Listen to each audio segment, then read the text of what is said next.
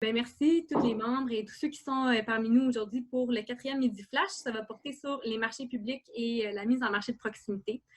Alors, avant de présenter notre invité, je vous explique le fonctionnement pour ceux que c'est leur première fois. Donc, tous vos micros sont coupés. Ça, c'est voulu. C'est pour empêcher d'avoir des bruits de fond.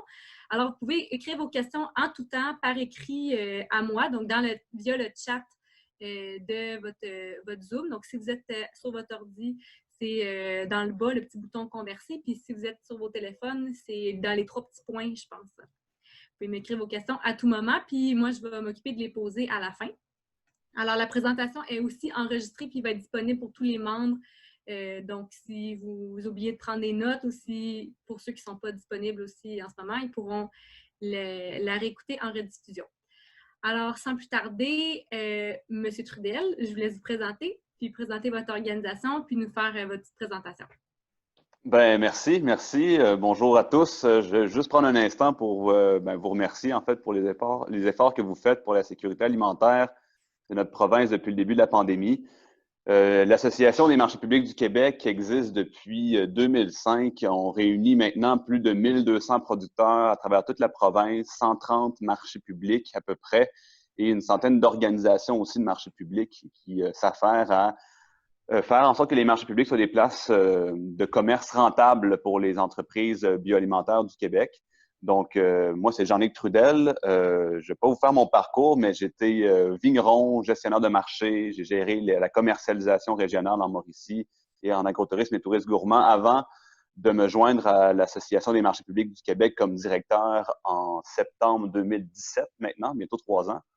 Et depuis, j'ai bien fait ma place, je pense, et notre mission, en fait, est d'accompagner les marchés publics, tant à leur création, leur développement que leur consolidation, et bien entendu, faire la promotion du réseau des marchés publics. Donc, je suis vraiment très content, en fait, d'être là ce midi, pendant que vous mangez votre sandwich, votre lunch, avant de retourner au travail peut-être, pour vous parler des marchés publics, puis de ce type de modèle en commercialisation en circuit court, un peu pour vous mettre la table, en fait, sur les bonnes raisons pourquoi choisir le marché public, pour quelles raisons, en fait, quels défis constitue ce mode de commercialisation-là. Et je vais finir, en fait, en vous parlant de ce que l'association fait et a fait et continue de faire en ce moment et au courant de la saison pour continuer à se promouvoir puis à faire des actions concrètes pour le secteur. Donc, sans plus tarder, en fait, la première question qu'on m'a posée dans le cadre de cette conférence ce midi, c'est pour quel type d'entreprise que ça vaut la peine d'être en marché public. Donc, juste vous dire que dans le fond, le marché public, là, il y a le kiosque à la ferme, là, vous êtes très familier avec ça. Le marché public, en fait, on peut le voir comme un satellite du kiosque à la ferme. Donc, c'est plusieurs kiosques à la ferme qui décident de se rencontrer sur une place publique. Bon, généralement, c'est sur le parvis de l'église ou dans un stationnement ou au cœur d'une paroisse, d'une municipalité ou d'un quartier, pour en fait se partager une clientèle. Donc, si vous êtes producteur de n'importe quel type d'aliment, vous pouvez aller au marché public et regarder en fait ce que vous pouvez amener de plus. Le but, c'est que le marché devienne une destination bioalimentaire pour les citoyens et qu'ils puissent avoir une espèce de regard périphérique sur l'ensemble de l'offre bioalimentaire qu'ils ont dans leur région, dans leur municipalité, dans leur localité. Donc, que ce soit pour vendre des produits qui sont nichés, là, dans les marchés publics d'ailleurs, je suis assez impressionné de la variété de différents cultivars qu'on a, mais aussi la richesse des produits qu'on trouve. Là. On peut aller de farine d'insectes à des fruits émergents comme l'aronia, des champignons sauvages ou des élevages de différents types. Mais ce qu'on apprend beaucoup en marché public, c'est le fait d'avoir ce contact de proximité-là. C'est notre panacée, en fait, pour l'association, pour les marchés publics, c'est le contact de proximité entre le producteur et le consommateur. Bon, c'est sûr qu'en ce moment, la proximité doit se faire de manière sanitaire, là, ça c'est évident, mais le contact de proximité plaît encore énormément aux gens. Et si vous en avez entendu parler, ça va très bien en ce moment dans les marchés publics. Ça continue à suivre la vague, un peu comme on l'a connu en début de saison, avec la vente des paniers en ASC. Donc, pour quel type d'entreprise ça vaut la peine? Je poserais plus la question à savoir à quelle fréquence pour un type d'entreprise ça vaut la peine d'être en marché public. Le marché public, oui, est là pour faire des ventes. Généralement, le prix d'un kiosque, c'est entre, des fois c'est gratuit jusqu'à 100 $ par journée. On s'entend que ce n'est pas les seuls coûts qu'il a en marché public, vous avez votre temps, vous avez tout trimballer en fait un kiosque, le monter, vendre, le démonter, retourner à la maison. C'est quand même des grosses journées de travail pour aller vendre en marché public. Et des fois, si on le regarde de manière que financière ou pécunier, on se rend compte que le marché public, oui, peut devenir très rentable. Il y a des entreprises qui font dans les 5 chiffres facilement en vente par journée de marché. Je ne peux pas dire que c'est la majorité, mais lorsqu'on tire un certain profit du marché public, ça devient intéressant parce que la clientèle se bâtit. Donc, si je reviens un peu à ce que je disais au départ, comme le kiosque à la ferme satellite qui se réunit sur une place publique, le marché public jumelle ces différentes clientèles-là. Et au fur et à mesure que vous adoptez ce modèle de commercialisation-là, ce qu'on remarque, c'est que les ventes augmentent, les clients vous reconnaissent et des fois, ils vont même venir à votre ferme pour chercher vos produits parce qu'ils vous ont rencontré sur la place publique, ils décident de se transférer dans votre ferme privée pour pouvoir recueillir les produits qu'ils ont connus. Donc, il faut voir le marché public comme étant à la fois un modèle de commercialisation, mais aussi un modèle de promotion. Je ne vais pas trop insister sur le côté promotionnel des marchés. On n'est pas là à attendre le client et à simplement lui donner un ensemble d'informations comme une visite touristique avant qu'il vous remercie et qu'il change de kiosque, mais quand même, il faut miser, je pense, sur une bonne méthode de communication en marché public pour sensibiliser la personne, le client, à ce que vous faites et la qualité du travail que vous mettez. Vous le savez, on est fiers de notre travail.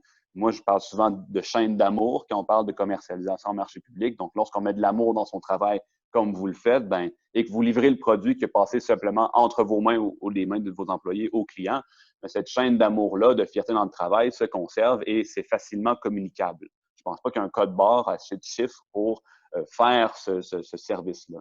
Donc, à mon sens, c'est très important de penser le marché public comme pas nécessairement un showroom, mais juste une manière d'aller à la rencontre des clients. Et c'est insoupçonné jusqu'où les clients vont aller par la suite pour retrouver vos produits ou décider de faire le choix d'un plan restaurant où est-ce qu'il y a votre nom dessus, d'aller à la ferme, participer à une activité ou simplement choisir à l'épicerie votre produit si vous commercialisez aussi ailleurs. Donc, c'est certain que pour des produits, le marché public c'est les produits qui fonctionnent au quotidien très, très bien. Généralement, c'est tout ce qui est fruits et légumes, tout ce qui est produits de boulange.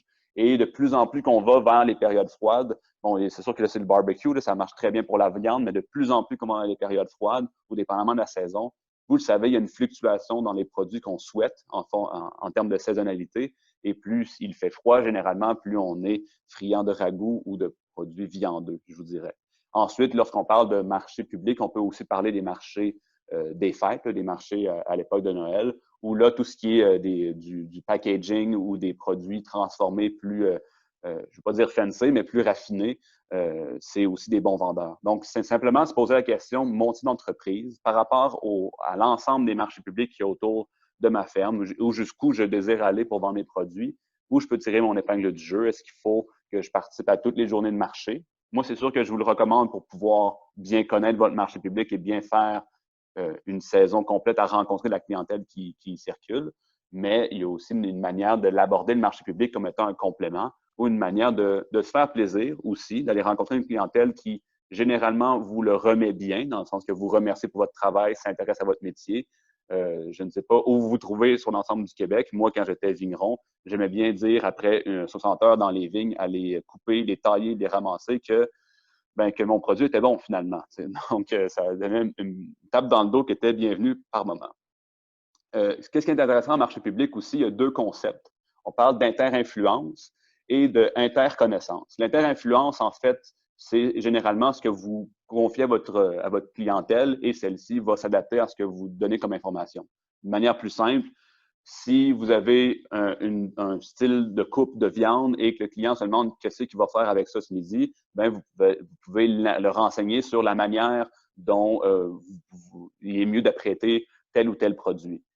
À l'inverse, le client, lorsqu'il goûte à vos produits, peut vous revenir des commentaires généralement constructifs sur j'aime ça comme ça, mais je l'essayais de telle manière, ça leur a haussé le goût, ou ça fait en sorte que le produit avait des qualités organoleptiques, le goût, etc., la texture était préférable. Donc, vous avez cette conversation-là qui s'établit avec votre clientèle et que vous influencez. À la blague, je dis souvent que je pense que le Kale, on ment ça à cause que les maraîchers ont décidé d'en vendre en marché public et ont renseigné les gens convenablement sur quoi faire avec du kale.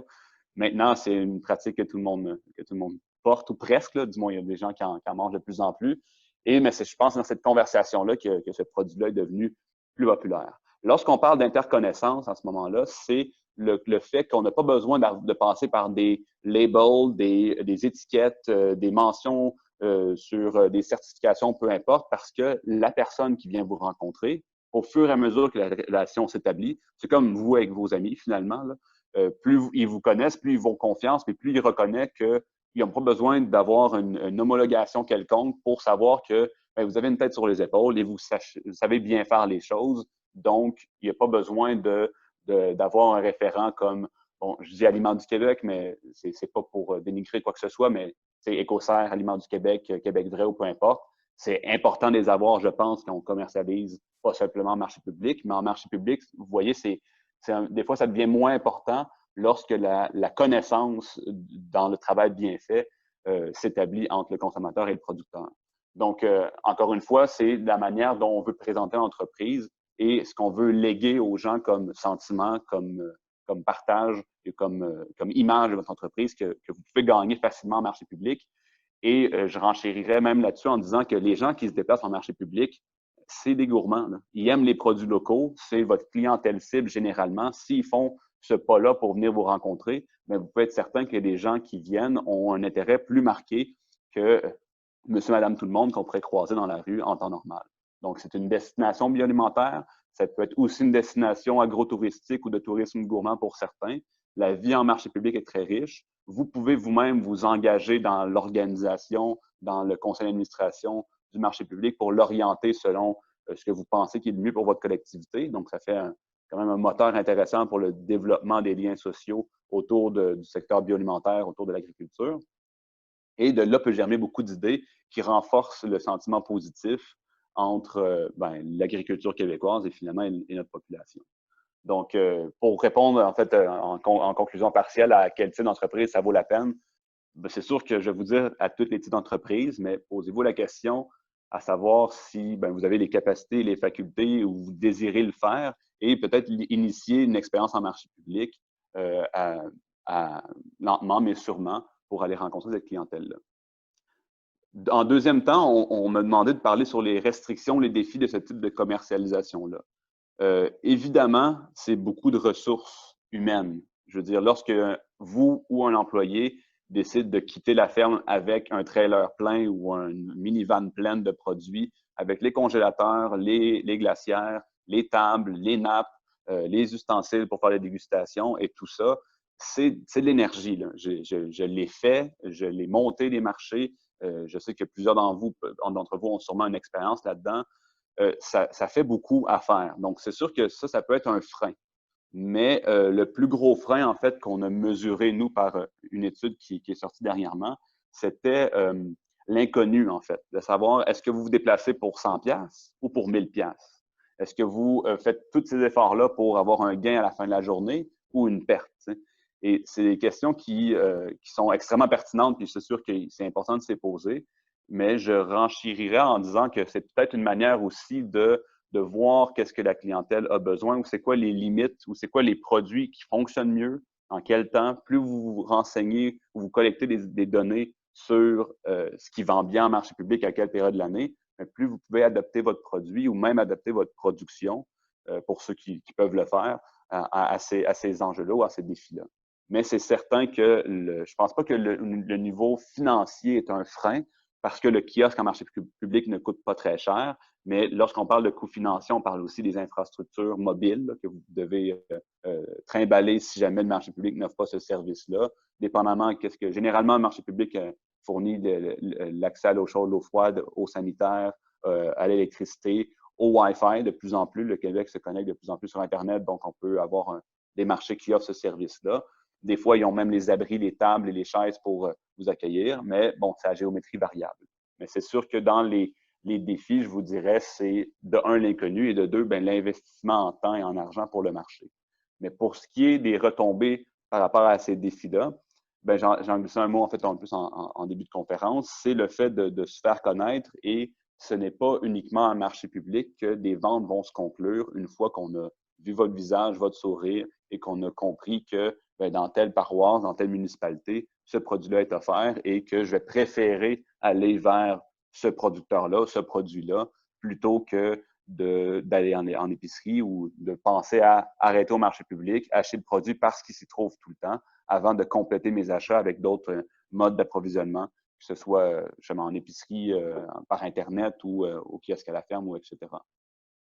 Donc, mais ce que je veux particulièrement parler, moi, je suis ici, c'est sûr, pour vous parler de l'intérêt d'aller en marché public, mais c'est certain que le marché public ne devrait pas être, il y en a certains qui le sont, puis ils tirent bien leur épingle du jeu, là, mais c'est un type de commercialisation en circuit court parmi tant d'autres. Si vous avez la permission ou vous sentez comment dire, le besoin de faire un kiosque à la ferme, ou même un kiosque à la ferme en libre service, chose qu'on voit de plus en plus, du moins dans ma région, mais aussi à travers le Québec, c'est une bonne chose. Je veux dire, le moins d'efforts que vous pouvez mettre une fois la production terminée, une fois l'emballage fait, pour que le client vienne chercher votre produit, c'est sûr que c'est le mieux. Mais dans le kiosque à la ferme ou le kiosque libre-service, ensuite vient le marché public.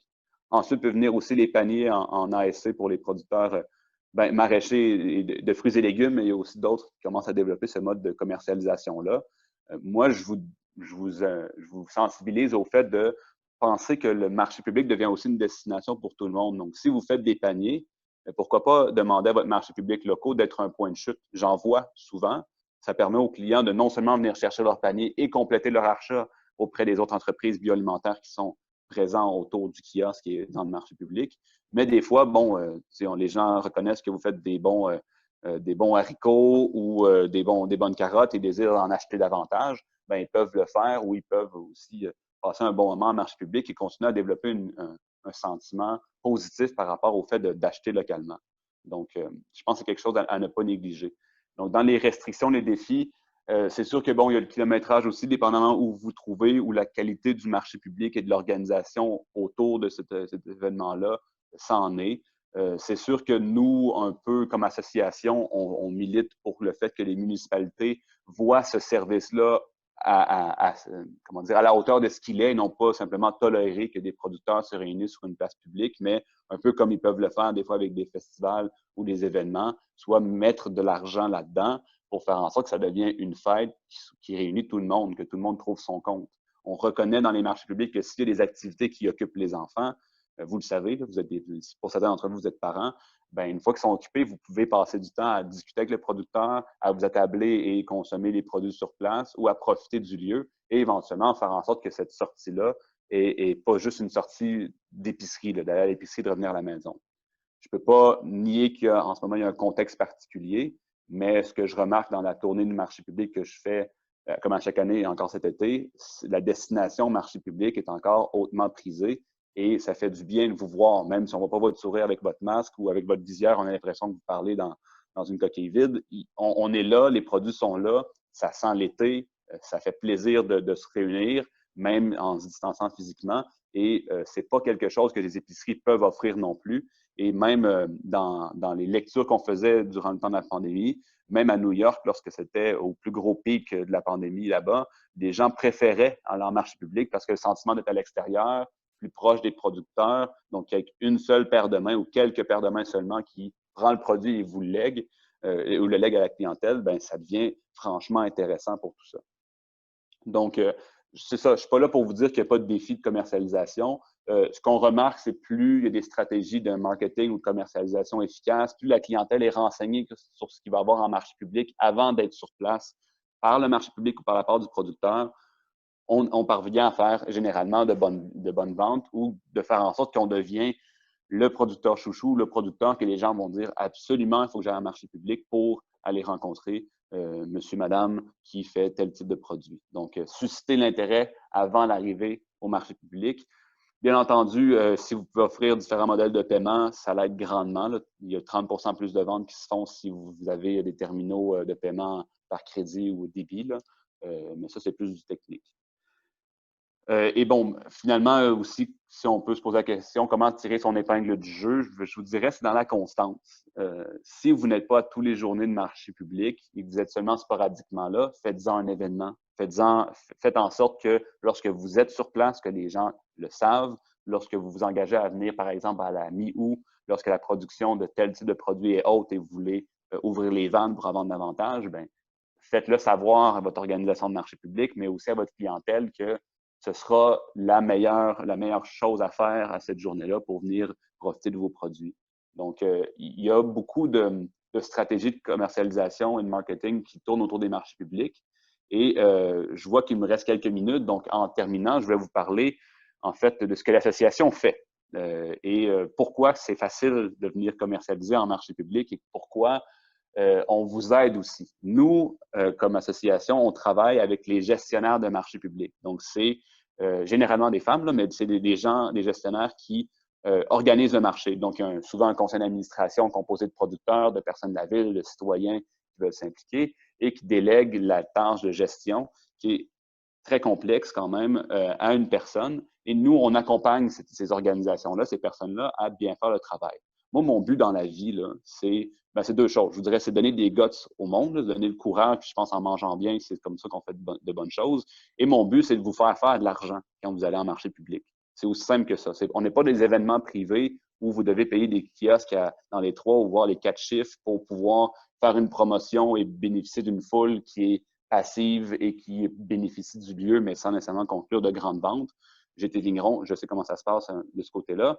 Mais notre but, c'est de vous offrir une place publique bien gérée, bien promue aussi, pour que vous puissiez avoir une belle image et donner, offrir à la clientèle qui est le passage de la clientèle locale vos produits, les offrir et qui vous connaissent. Donc, c'est quelque chose qu'on a peut-être perdu un petit peu dans notre culture. Je ne sais pas si vous voyagez parfois dans d'autres pays, mais généralement, c'est là qu'on a le plus de plaisir, il me semble, dans les voyages, d'aller voir qu'est-ce qu'il y a dans le marché, d'aller voir c'est quoi les couleurs de ce terroir-là. Au Québec, c'est un territoire vaste. Il y a plusieurs régions, plusieurs MRC. Et à chaque fois que je vais dans un marché public, je vois vraiment la couleur, la teinte de ce territoire-là via les produits, via les gens passionnés qui les vendent. Ce que je voulais vous dire, c'est que l'association, oui, travaille avec les gestionnaires de marché public, mais dernièrement, on a développé sur notre site Internet, on va vous partager le lien plus tard, la FRAC va faire ça pour vous, on a développé une trousse des producteurs. Donc, nous, par convention, on doit travailler avec les gestionnaires, mais moi, ça ne me satisfaisait pas. Je voulais travailler pour les producteurs aussi. Donc, on a réuni dans cette trousse des producteurs-là différents documents, différents fiches de lecture sur des études qui sont vraiment intéressantes, mais qu'on résume ça en 2 pages pour un peu sonder qu'est-ce qu'il y a comme matière autour des marchés publics. Mais là où c'est plus intéressant, c'est le côté pratique, à mon avis, plutôt que le côté théorique, c'est des stratégies de commercialisation et de marketing en marché public. Donc, il y a eu Jean-Martin Fortier, il y a eu Véronique Bouchard de la Ferme des Petits Oignons, qui ont cumulé plus de 15 ans d'expérience en marché public, qui ont enregistré, en fait, des capsules qui parlent, en fait, des penses-bêtes de quoi faire pour mieux optimiser ses ventes en marché public, pour développer des stratégies qui vont faire en sorte que les gens achètent plus, bonifient le panier d'achat et embellir le kiosque, etc. Et cette trousse des producteurs-là, qui réunit ces informations-là et d'autres, différents outils par rapport à la réglementation sur, dépendamment du type de production, quoi faire et quoi réunir comme information pour pouvoir vendre en marché. Donc, tout ça, on a réuni ça dans cette trousse des producteurs-là, qui va être bonifié à chaque fois qu'on fait des développements autour de ça ou à chaque fois que des partenaires nous envoient des documents pratiques pour vous. Donc, si vous êtes déjà en marché public, la trousse des producteurs peut grandement bonifier votre pensée par rapport à comment faire pour optimiser mes ventes et continuer à innover. J'imagine que vous le faites déjà très bien, mais des fois, de conseil de producteur à producteur, il y a des trucs, tout simplement, à recueillir pour pouvoir améliorer ses ventes parce que notre but, comme je vous le dis, c'est de vous faire de l'argent. Et aussi, dans la trousse, il y a tout ce qui est, pour ceux qui ne sont pas déjà en marché public, il y a tous les pas initiaux à faire pour pouvoir commercialiser dans les marchés. Donc, si vous avez des questions, bien sûr, vous pouvez nous écrire, mais nécessairement, la trousse des producteurs peuvent déjà grandement répondre à vos interrogations. Et finalement, je vous encourage tout simplement, si vous avez le temps, bien entendu, à aller les visiter, les marchés publics autour de chez vous, à vous renseigner sur la stabilité, à savoir qui est à la gestion, puis pour combien de temps, c'est qui est dans le conseil d'administration, c'est qui les partenaires, en fait, du marché public. Est-ce que l'UPA local s'investit là-dedans ou pas?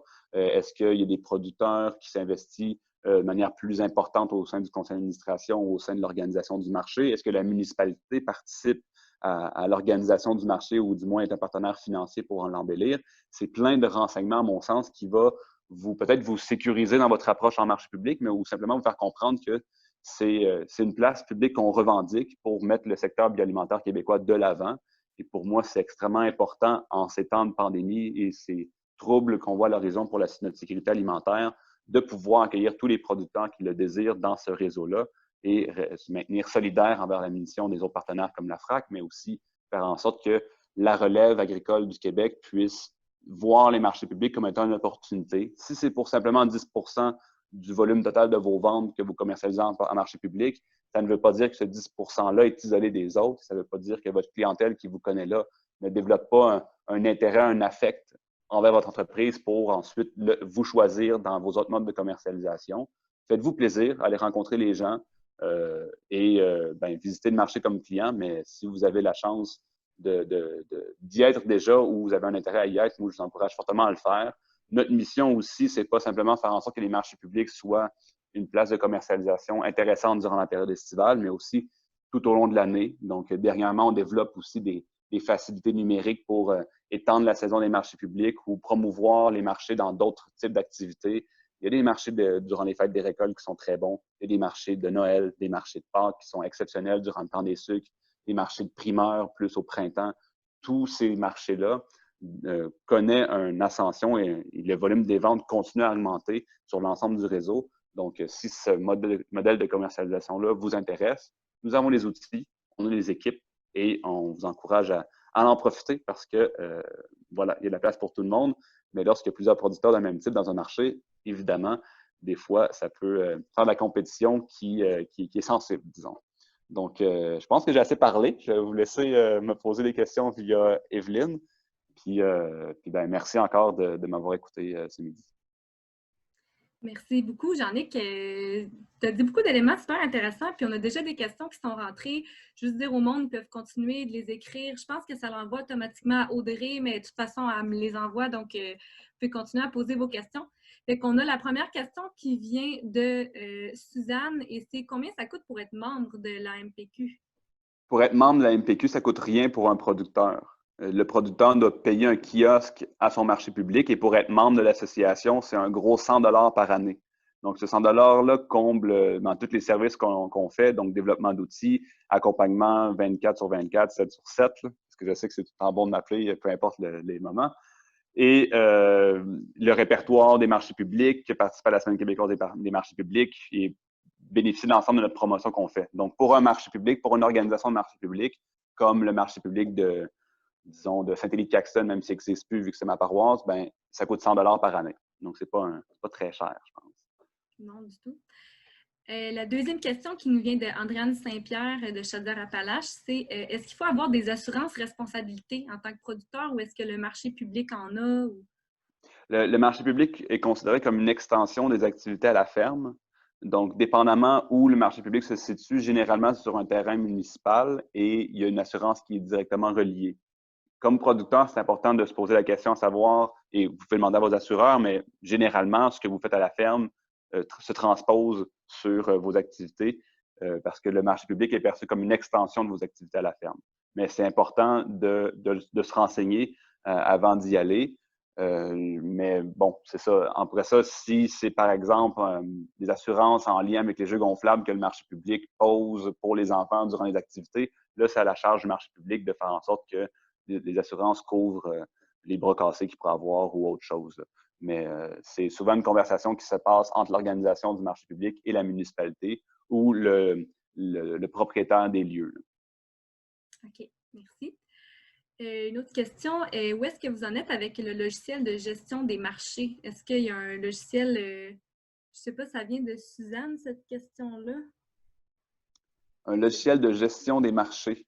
Nous, on a différents outils de gestion, mais un logiciel pour gérer les marchés, je ne comprends pas très bien la question, qu'est-ce que ça pourrait te donner, mais si vous faites référence à la plateforme numérique, on est dans son développement, en fait. Il y a eu quand même plusieurs marchés publics qui ont choisi de participer à ça. Je pense que vous êtes de... La plateforme. Oui, c'est ça. Je pense que vous êtes en Outaouais. Je sais que le marché de Ripon ouvre le bal, en fait, pour ce secteur-là.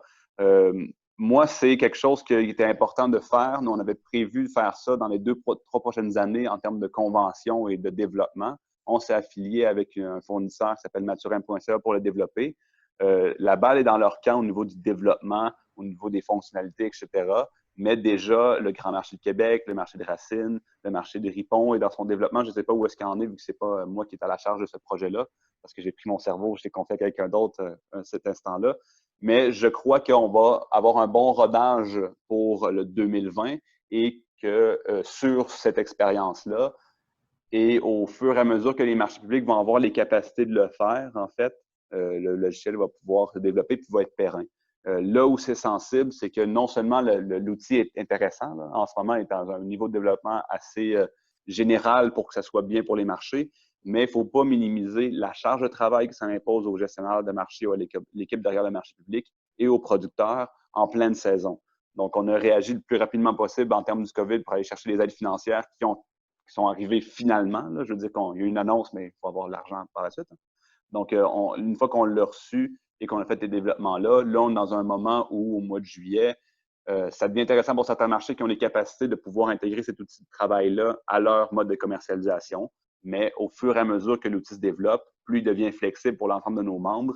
Et j'ai l'impression que post-saison 2020 et pour le restant de l'année, on va peut-être bénéficier d'une plus grande attention des producteurs et des gestionnaires de marché pour enchasser cet outil-là à leur pratique et faire en sorte que les marchés publics prennent ça comme levier pour desservir davantage la population sur l'ensemble de l'année. Ça, c'est mon souhait.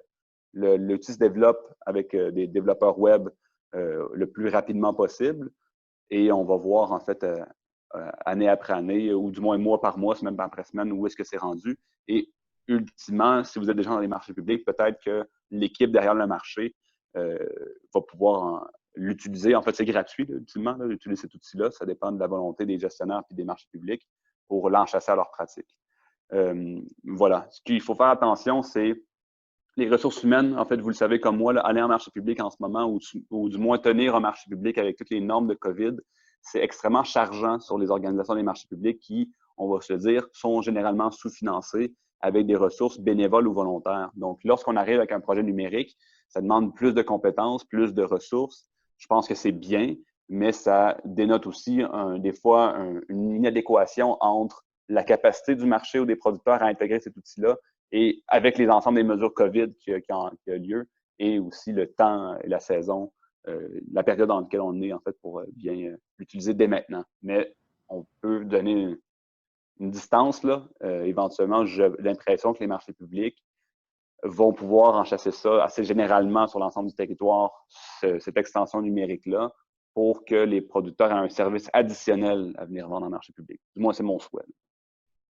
Excellent. On a une autre question.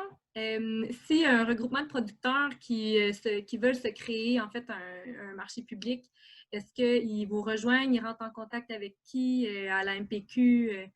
Vous pouvez me joindre directement. Moi, ce que je vous conseille, c'est de faire deux choses. Une petite étude de marché. En fait, sur notre site Internet, il y a déjà des canevas d'études de marché que vous pouvez reprendre et faire. C'est pas très exhaustif, mais il y a comme, si vous êtes promoteur pour faire un marché public dans un groupe de producteurs, c'est excellent. Déjà, vous avez sondé les producteurs, donc c'est un des piliers sur lesquels se construit un marché. Ensuite, sur la clientèle, donc s'informer auprès de la clientèle, à savoir s'il y aura un achalandage intéressant pour vous pour se réunir sur une place publique pour opérer un marché. Et finalement, la municipalité, si elle encourage ça. Généralement, en ce moment, surtout quand vient le temps des élections, ils veulent ça. Ils veulent le marché public, puis ils veulent non seulement en avoir un, mais ce qui est important, c'est d'investir dans le marché. Donc, avoir les infrastructures nécessaires pour vous mettre les conditions adéquates pour opérer un marché public et vous accompagner là-dedans.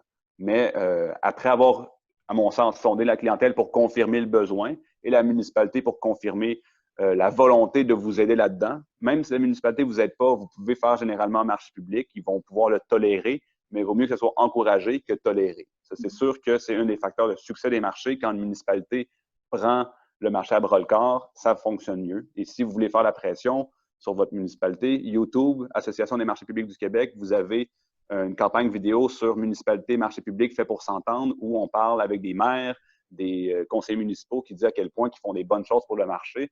Et généralement, ça titille le côté des élus de ben, moi aussi, je suis capable de faire ça. Si mon voisin fait ça bien, moi aussi, je vais faire ça bien.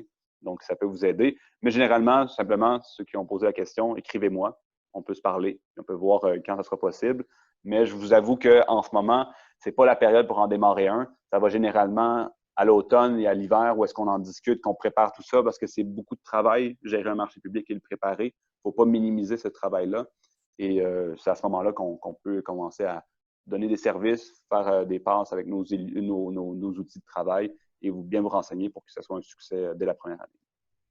Excellent. Donc, vous avez une chaîne YouTube avec des petites vidéos avec des trucs et astuces. Ben, c'est plus des élus, en fait, et des gens des municipalités qui disent qu'est-ce qu'ils font de bien pour leurs producteurs, puis sont tout joyeux. Donc, c'est 6 municipalités à travers le Québec qui ont envoyé une équipe de tournage là pour aller chercher les témoignages des producteurs, des présidents de marché, des maires, etc. Donc, je vais pouvoir l'enchasser, en fait, dans le courriel que vous allez adresser à vos membres là, Okay. pour les inspirer. Ah, c'est bon, merci. Une autre question, ça nous vient de Alicia Patry. Est-ce que la MPQ a un souci de s'assurer que les producteurs présents dans les marchés publics vendent des produits québécois? Est-ce que vous avez des lignes directrices qui empêchent des personnes de vendre des... Ben, en fait, c'est des entreprises québécoises qui sont en marché public et dépendamment des règles des marchés publics, nous, c'est sûr que là où c'est important, c'est la transparence et la traçabilité. Mais par exemple, en fin de semaine, dans un marché public, il y avait une entreprise québécoise qui fait affaire avec des fermes responsables au Vietnam pour faire des noix de cajou qui étaient rôties et d'autres produits là, qui étaient excellents. Ça vient pas d'ici, ça c'est certain, mais c'est des produits qui sont complémentaires. Là où le bas blesse, c'est lorsque il n'y a pas de règlement généralement en marché public où les règlements sont un peu flous et qu'il y a des produits qui pourraient venir du Québec qui arrivent de l'étranger. Vous le savez, là, les Walmart de ce monde aiment ça, mettre des fraises importées en rabais lorsque vient le temps des fraises au Québec. Nous, c'est ce qu'on veut éviter. Mais la souveraineté d'organisation et des règlements en marché public provient des gestionnaires de l'organisation du marché public. Donc, nous, on n'a pas l'autorité puis on n'a pas d'outils de coercition pour imposer quoi que ce soit à n'importe quel marché, mais on les encourage, on fait des recommandations très, très fortes. Et de toute manière, c'est ce que la clientèle nous dit. Elles veulent des produits québécois, elles veulent identifier le produit à un visage, à une ferme. Donc, on ne va pas empêcher un kiosque de produits exotiques, des olives farcies ou autre chose comme ça, vient compléter l'offre et généralement, ça plaît une partie de la clientèle qui bonifie les achats en marché et qui font en sorte que le marché devient encore une destination encore plus pertinente que l'épicerie par moment. Donc, c'est intéressant d'avoir cette fluidité dans les produits, mais c'est sûr qu'on ne va pas chercher à mettre des produits en compétition qui viennent du Québec ou de l'étranger. C'est des pratiques qui sont généralement bannies en marché public, mais je vous dirais, dépendamment de la densité de population et des heures d'ouverture du marché, ça peut être variable. C'est ça. Il faut avoir l'outil de coercition, en fait, pour faire ça. Nous, on fait que des recommandations très, très fortes en lien avec ce que la clientèle veut et que les producteurs nous disent. Parfait. Pour deux producteurs qui vendent des produits similaires en marché public, comment est-ce qu'ils peuvent différencier leurs produits? Comment ils peuvent s'assurer qu'ils ont une compétition qui n'est pas malsaine entre eux autres? Bien, ça dépend en fait de leur relation entre eux. C'est des voisins, c'est des producteurs qui s'apprécient, etc. Et si c'est important d'avoir des données ou du moins les prendre, à savoir c'est quoi le volume total des ventes par journée de marché, généralement que j'ai une moyenne sur l'année. Et l'achalandage, est-ce que ça justifie d'avoir, par exemple, deux produits pareils? Deux producteurs de sangliers dans un même marché public en même temps à tous les jours, ça se peut que ça vienne un petit peu en compétition. C'est sûr que les produits, comme les maraîchers, plus il y a le maraîcher, plus on a un sentiment d'abondance et plus on reconnaît que telle ou telle variété ou tel produit sont plus intéressants chez l'un que chez l'autre. On a toutes nos spécialisations. C'est pas parce qu'on fait des fruits et légumes que l'ensemble de nos fruits et légumes sont bons, ou qui sont la même qualité. Bon, vous comprenez un peu l'idée. En ce sens, s'il y a un partage à se faire en marché public, c'est sûr que ça va dans la constance et dans l'ancienneté. Quelqu'un qui a choisi de se solidariser autour de la mission du marché public en amont depuis plusieurs années, c'est sûr qu'il va, dans la nature même des relations humaines, défendre sa chasse gardée ou son marché public. Nous, on n'encourage pas nécessairement ça parce que plus il y a de compétition, plus il y a de produits, plus c'est intéressant, mais vient quand même une logique où le panier d'achat ou le nombre de personnes qui passent sur le site représente un ensemble de capital qui grossit un petit peu, mais qui doit être divisé à travers les entreprises et qui a un retour. Donc, c'est soit voir s'il n'y a pas des événements qu'on peut faire pour venir mousser les moments où est-ce que c'est fort de venir chercher ce type de produit-là. Par exemple, s'il y a plusieurs qui font de la saucisse dans un même marché public, pourquoi pas en faire un festival, pourquoi pas en faire en sorte qu'à ce moment-là, on en fait beaucoup. Si jamais c'est un producteur qui fait un même type de production qu'un autre producteur qui est là depuis longtemps. C'est sûr que là, c'est le côté plus sensible, c'est à savoir est-ce que la participation au marché est souhaitable un minimum de jours pour que lui aussi puisse se faire une place pour nécessairement assurer une certaine relève. La compétition, comment dire, il n'y a pas de, j'oublie le terme, là, mais en fait, on ne peut pas s'assurer qu'un produit qu'il y a une exclusivité, voilà le terme que je cherchais. L'exclusivité ne devrait pas se donner en marché public, mais c'est sûr qu'il y a le facteur de compétition qui vient en ligne de compte. Donc, c'est sensible, ça fait partie des organisations. Là où nous, on essaie d'intervenir, c'est lorsque les producteurs essaient d'apporter des produits de leurs voisins dans leur kiosque et d'avoir une espèce de clause dans l'entente entre le producteur et le marché public, comme quoi que moi, j'apporte du miel de mon voisin, mais si un apiculteur vient pour vendre son miel et être présent au marché public, à ce moment-là, c'est lui qui a préséance. On veut que le producteur soit sur les lieux et non pas des revendeurs de produits. Donc, même si ça peut être permis et toléré par l'organisation du marché, le but est que la conversation puisse s'établir et que le produit, anyway, se vend mieux lorsqu'il est poussé par un sourire, par un producteur qui connaît son affaire, que par une tablette, un code barre ou un employé ou quelqu'un qui tient le kiosque et qui n'a aucune idée de ce qu'est la ferme dans laquelle il vend les produits. Parfait. Je veux juste redire à tout le monde là, qui écoute que si vous voulez continuer à envoyer vos questions, là, ça va être le temps. Il en reste 2, 3. Donc, après ça, s'il n'y a pas d'autres questions, ça clôt là, le webinaire. On a parlé tantôt à quel point c'est pas nécessairement difficile de se lancer, mais ça demande beaucoup de préparation, ressources humaines, infrastructures et tout. Pour les gens qui se lancent des kiosques en marché public de manière assez constante, on va dire, là, qui sont là toutes les semaines, disons, est-ce que le taux de rétention des entreprises est bon? En marché public? Oui. Écoutez, oui, très bon. Généralement, plus on est en marché public, plus on conclut de vente ou plus on peut percevoir le potentiel du marché et les efforts qu'on doit faire ou les produits qui sortent le mieux. C'est sûr que, vous le savez, plus vous avez des données, des variables que vous pouvez compiler ou vous pouvez vous renseigner sur votre ferme, à savoir, n'importe quoi, là, plus vous avez de données pour prendre des décisions, mieux elles sont. Donc, c'est sûr que c'est pertinent d'en prendre des données en marché public, à savoir quel produit sort le mieux, à quel moment, c'est quoi les commentaires, et bâtir sur cette expérience-là. Je veux dire, s'asseoir derrière un kiosque, ou avoir un employé qui s'assoit, qui est sur son téléphone, qui ne va pas à l'avant du kiosque, qui n'offre pas de dégustation, qui ne fait pas de sourire ou qui n'est pas en train d'interpeller les gens, ça a un impact. C'est sûr qu'on est dans la conversation, puis dans le service à la clientèle, tout sourire, là, un petit peu too much des fois là, pour pouvoir vendre les produits.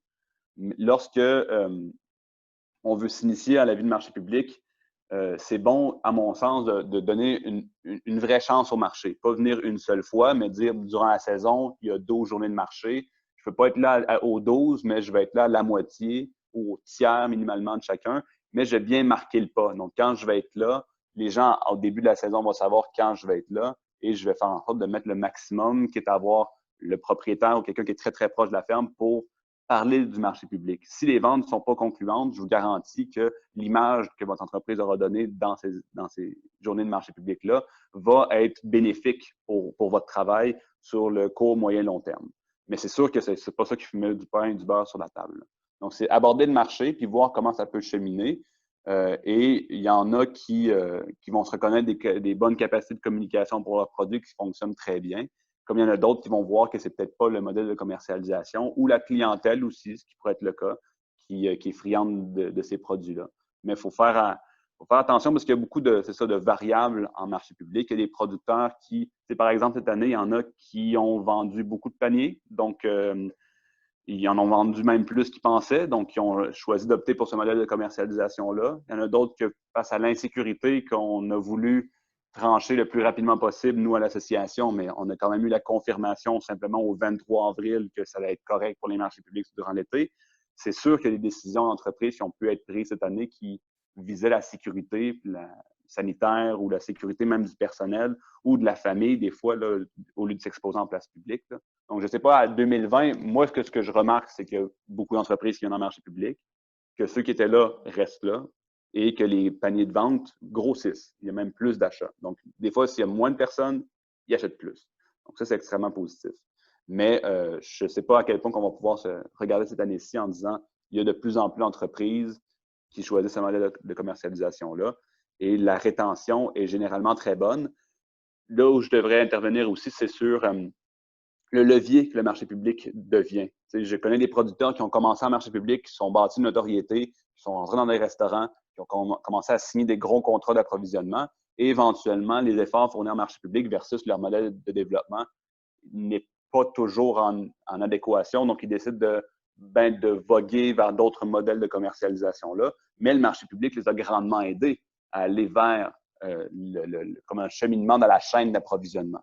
Donc, il y a aussi ce tremplin-là qui peut vous donner et qui vous dit, ben finalement, au lieu de vendre 200 paquets de saucisses un samedi par marché public, ben j'en vends 200 à la semaine au métro du coin parce que tous les gens que j'ai rencontrés en marché décident d'aller les acheter à l'épicerie. Puis moi, ben franchement, ça me fait ça laisse la place à quelqu'un d'autre au marché, puis ben ça me fait grossir tout simplement, puis ça me fait mettre moins d'énergie. Donc, il ne faut pas négliger le côté promotionnel des marchés publics. Et à l'inverse, des personnes qui étaient en marché, qui sont passées à l'épicerie, mais qui sortent de nouvelles gammes de produits, de nouveaux produits, une nouvelle image, retournent en marché public pour dire, regardez, nous, voici ce qu'on a fait. Là. Une publicité, ça coûte très cher. Hein? Bon, ben, un marché public, c'est le bouche à oreille auprès d'un public très, très cible. Et si vous avez des bons messages à leur livrer, ben, c'est une excellente place pour le faire à la place publique, qu'est le marché public. Pour faire un lien avec ce que tu viens juste de dire, la clientèle cible justement des marchés publics, tu dirais que c'est quoi? Ben, en fait, je vous pose la question, c'est qui a la charge mentale de faire l'épicerie à la maison? Généralement, c'est les femmes, donc des femmes de 25 à 55 ans, avec un diplôme universitaire, avec des enfants. C'est notre persona très, très cible, je vous dirais. Mais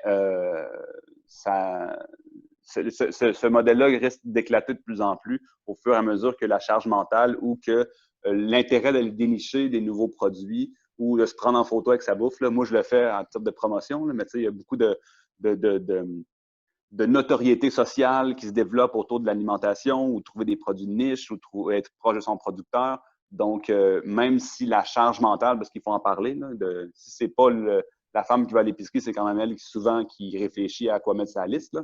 Donc, c'est vraiment notre persona cible, puis c'est pas moi qui le dis, c'est nos études qui le démontrent.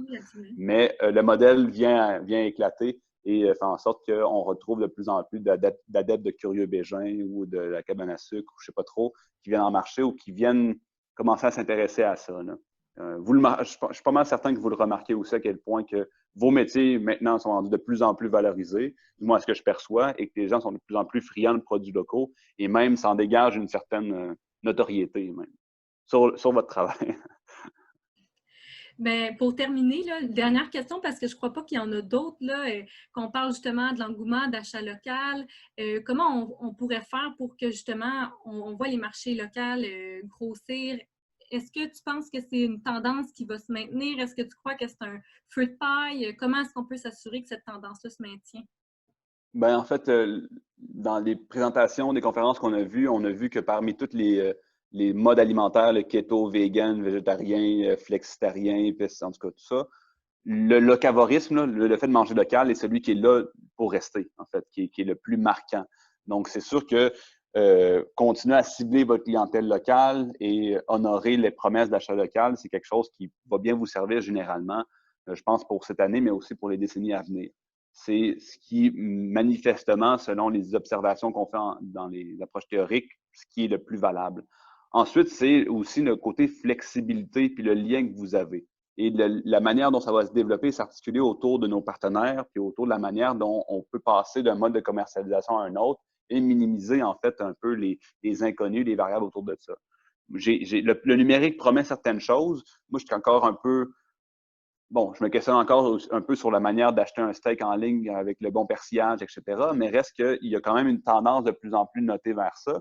Et j'ai l'impression que dans le commerce international, dans la manière dont on produit la nourriture ailleurs et ce que les gens vivent en ce moment même ou vivent depuis la mi-mars, il y a nécessairement quelque chose qui dénote qu'il y a un intérêt plus marqué pour les produits locaux. Il y a une confiance beaucoup plus clair en la qualité de votre travail et l'assurance que ben, vous faites bien les choses. Là. Je pense qu'on s'est fait compter assez d'histoires d'horreur d'entreprises étrangères ou de rappels de n'importe quel produit étranger qui font en sorte que les gens se disent bon, ben, je pense que connaître mon producteur ou m'affilier à lui et développer une relation avec, c'est beaucoup plus garant de bonheur et de sécurité pour ma famille que de passer avec mon caddie à l'épicerie puis bénéficier des rabais. T'sais.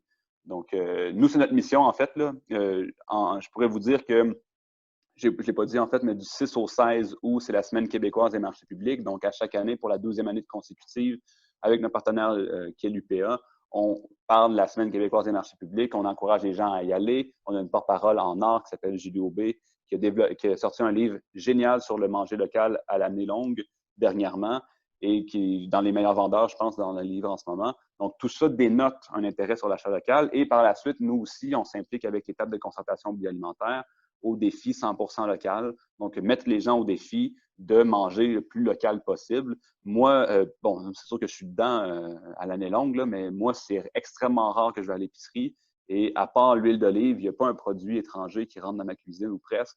Donc, c'est pas nécessairement un défi, là, mais tu sais, il faut un peu démystifier le fait que on est capable de manger localement, puis c'est en rien se priver de quoi que ce soit. Là. On a tellement des bons produits et une bonne qualité de produit aussi, qui est faite par vous, en fait, pour en bénéficier. Puis, ben vraiment, moi, je ne suis pas peiné de manger que des produits locaux, là, encore loin de là. C'est pas nécessairement plus cher non plus, qu'on s'y prend bien. Non, Donc, bien je pense que c'est une tendance qui pourrait venir. Donc, nous, on va continuer à marteler ça, Semaine québécoise des marchés publics, manger local, le défi 100% local. Puis, ben, on va vous épauler. Comme je vous dis, notre but, c'est de vous faire de l'argent. Ben, merci beaucoup, Jean-Nic, d'avoir pris ton temps pour être avec nous ce midi. Merci à tous ceux qui ont participé. Donc, si vous avez d'autres questions, n'hésitez pas, là, vous pouvez nous écrire tout le temps par courriel, par Facebook aussi, toute l'équipe de la relève agricole. On a notre prochain Midi Flash qui va avoir lieu le 22 juillet. C'est avec Geneviève Lemonde, directrice générale d'Agri-Carrière, et Frédéric Proulx, conseillère ressources humaines au Centre d'emploi agricole Outaouais-Laurentides. Et ils vont parler de gestion de main-d'œuvre et comment recruter sa main-d'œuvre. Alors, ben, merci tout le monde d'avoir été là. Et qu'on vous retrouve pour le prochain midi. Merci, Jean-Nic. Merci à tout le monde. Merci à ceux que je connais, que j'ai vus aussi dans le chat. Au revoir.